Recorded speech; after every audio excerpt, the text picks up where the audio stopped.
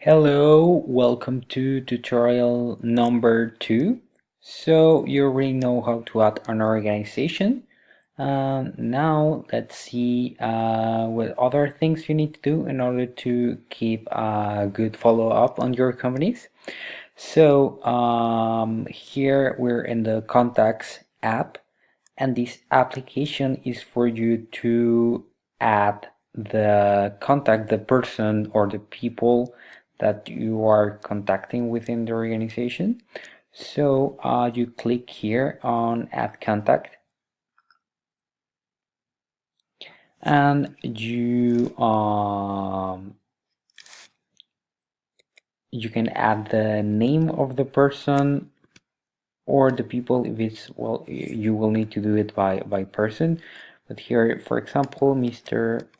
Mock, and then organization, you will look for the company that you already created. Here we have Mock company, job title, CO, contact mail, mock at mock.com, mobile, so I will just enter a random number, but it's important that when you fill this information, you have the right email and the right mobile number of the person. And so you click on save, and there you go. You have the information of your contact in the company. So you can add more people if, for example, you're not only in contact with, let's say, head of human resources, but also the recruitment manager or the head of another department, or maybe when you have signed the contract and when you start doing the approval process, you will be going through different contacts. So it's important that you add all of them here.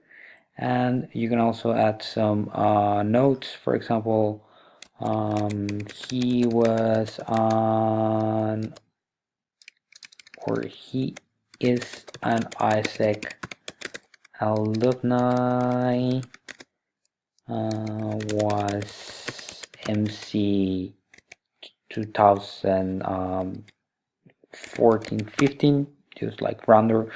Or here you can add like some important information. For example, this person contacted me or got to know our AIESEC, or like certain characteristics. This person likes to be addressed in certain way, or how the communication should be handled with this person, like important information that will allow us to keep a clear communication and favorable communication with this person. So if there's important information that you feel that someone else, like someone in future that will be handling this account, needs to know, please add it here. And the aim of the goal of this is that in the future, like all of these should be like, on the information we gather in the CRM should be not only understandable for us, but also understandable for other people. So please make sure that always when you're filling the CRM, it can be understandable to people that actually didn't have any contact with these companies before. So for example, if someone goes to the contact through the information that you have been filling, they can understand what's going on with the company.